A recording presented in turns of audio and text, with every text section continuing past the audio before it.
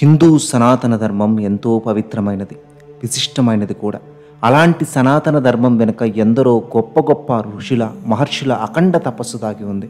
ఆయా ఋషులు చేసిన తపస్సులు, పొందిన వరాలు యుగాలను నడిపించాయంటే ఎలాంటి అతిశయోక్తి లేదు. అయితే ఈ ఋషుల్లో రకాలున్నారు, మహర్షులలో కూడా స్థాయిలున్నాయి. అండపిండ బ్రహ్మాండ సృష్టిలో ఋషులది, మునులది, మహర్షులది ప్రత్యేకమైన స్థానం. అసలు ఈ మునులెవరు, ఋషులెవరు, ముఖ్యంగా వీరు ఎన్ని రకాలు, అందులో ఋషి, ముని, మహర్షి, బ్రహ్మర్షి వీరి మధ్య భేదాలు ఏంటి, వారి ప్రత్యేకత ఏంటి, ఇలాంటి అనేక విషయాలు ఈ వీడియో ద్వారా మనం తెలుసుకోబోతున్నాం. అంతకన్నా ముందు ఛానల్ని ఒకసారి సబ్స్క్రైబ్ చేసుకోండి. సంస్కృతంలో ఋషి అనే పదం ఋష్ అనే ధాతువు నుండి ఉద్భవించింది. దీని అర్థం జ్ఞానంతో సంసార సముద్రాన్ని దాటిన వాడు అని. ఋషులు వేదాల రచయితులుగా, ఆధ్యాత్మిక జ్ఞాన సాధకులుగా ఉన్నారు. ఋషులు తీవ్రమైన తపస్సు ద్వారా దైవిక జ్ఞానాన్ని సంపాదించిన వారు. వారు సమాజానికి ఆధ్యాత్మిక మార్గదర్శకులుగా వ్యవహరించారు కూడా. ఋషులు సాధారణంగా వేదాలలోని రుచులను రచించిన వారు. వీరు దైవిక సత్యాలను గ్రహించి ఆ సత్యాలను మంత్ర రూపంలో సమాజానికి అందించారు. ఉదాహరణకు గౌతమ ఋషి, భృగు ఋషి, అత్రి ఋషి లాంటి వారు. ఋషి అనేది ఆధ్యాత్మిక సాధనలో ఒక ప్రాథమిక స్థాయి. వీరు ముని మరియు మహర్షి స్థాయి కన్నా ముందువారు. అమరకోశం అనే సంస్కృత నిఘంటువు ప్రకారం ఋషులు 7 రకాలుగా విభజించబడ్డారు. వారు శ్రుతుర్షి, కాందర్షి, పరమర్షి, మహర్షి, రాజర్షి, బ్రహ్మర్షి మరియు దేవర్షి. ఇకపోతే ముని అంటే ఎవరు? ముని అనే పదం మనన్ అనే సంస్కృత ధాతువు నుండి వచ్చింది. దీని అర్థం ఆలోచించడం లేదా ధ్యానం చేయడం. ముని అంటే లోతైన ఆలోచనలో మునిగినవాడు లేదా మౌనంగా ధ్యానంలో ఉండే సాధకుడు అని. మునులు సాధారణంగా మౌనంగా ఉంటూ తమ మనస్సును నియంత్రించి ఆత్మ సాక్షాత్కారం కోసం తపస్సు చేస్తారు. వీరు తమ ఆలోచనల ద్వారా సత్యాన్ని గ్రహించడానికి ప్రయత్నిస్తారు కూడా. శ్రీమద్ భగవద్గీతలో శ్రీకృష్ణుడు ముని గురించి ఒక వివరణ స్పష్టంగా ఇచ్చారు. దుఃఖేష్వానుద్విగ్న మనాహ సుఖేషు విగత స్పృహ వీతరాగ భయక్రోధ స్థితధీర్ము నిరుచ్యతే. అంటే దుఃఖంలో కలవరపడనివాడు, సుఖంలో ఆనందం కోరనివాడు, రాగద్వేష భయ క్రోధాల నుండి విముక్తుడైన వాడు ముని అని పిలువబడతారు. ఉదాహరణకు నారద ముని, శక్తి ముని.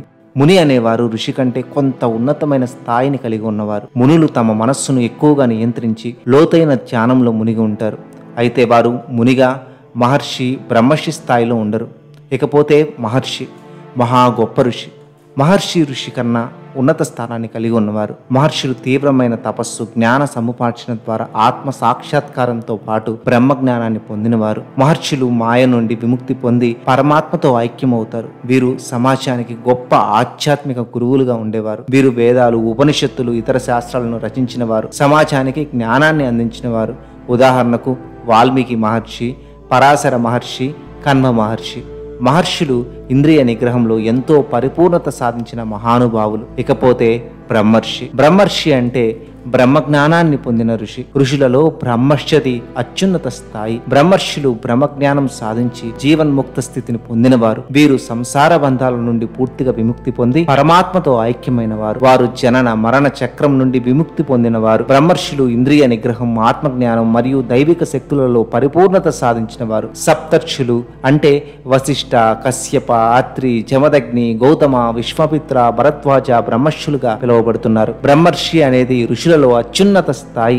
వీరు బ్రహ్మజ్ఞానాన్ని పూర్తిగా సాక్షాత్కరించిన వారు, దైవిక సత్యాలను పూర్తిగా అర్థం చేసుకున్నవారు. ఉదాహరణగా మనం విశ్వామిత్రుడి గురించి చెప్పుకోవచ్చు. విశ్వామిత్రుడు ఒక రాజర్షి.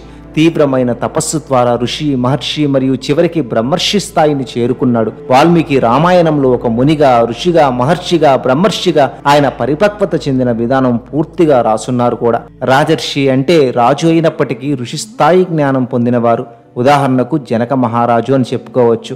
ఆ తర్వాత దేవర్షి, దేవతల స్థాయిలో ఉండి ఋషి లక్షణాలు కలిగిన వారు. ఉదాహరణకు నారద దేవర్షి. జ్ఞానంతో మొదలై తమని తాము అర్థం చేసుకొని వివిధ రూపాలలో ఆత్మజ్ఞానం పొంది పరమాత్మ దర్శనం చేసుకున్న మునులు దగ్గర నుండి నిష్ఠతో, అచంచలమైన తపస్సుతో ఋషులుగా, మహర్షులుగా, బ్రహ్మర్షులుగా మారిన మహానుభావుల చరిత్ర బాలకాండ, భగవద్గీత లాంటి పుస్తకాల్లో మనకి దొరుకుతుంది. చూసారుగా, ధ్యానాల్లో అనేక రకాలు ఉంటాయి. ధ్యాన మార్గాలు, ధ్యాన గురువులు, ధ్యాన యోగులు రకరకాలుగా ఉన్నట్లే ధ్యాన స్థాయిని బట్టి ఋషితత్వంలో స్థాయి ప్రమాణాలు ఆధారంగా ఋషులు విభజించబడ్డారు. మన ఋషుల గురించి, మహర్షుల గురించి, బ్రహ్మర్షుల గురించి మీకు తెలిసిన విషయాలను కూడా కామెంట్ రూపంలో మాకు తెలియచేయండి. అంతకన్నా ముందు మా ఈ ది అన్టోల్డ్ ఛానల్ని సబ్స్క్రైబ్ చేసుకోవడం మర్చిపోకండి. ఈ వీడియో మీకు నచ్చినట్లయితే లైక్ చేయండి, కామెంట్ చేయండి, షేర్ చేయండి అండ్ సబ్స్క్రైబ్ చేసుకోవడం మర్చిపోకండి.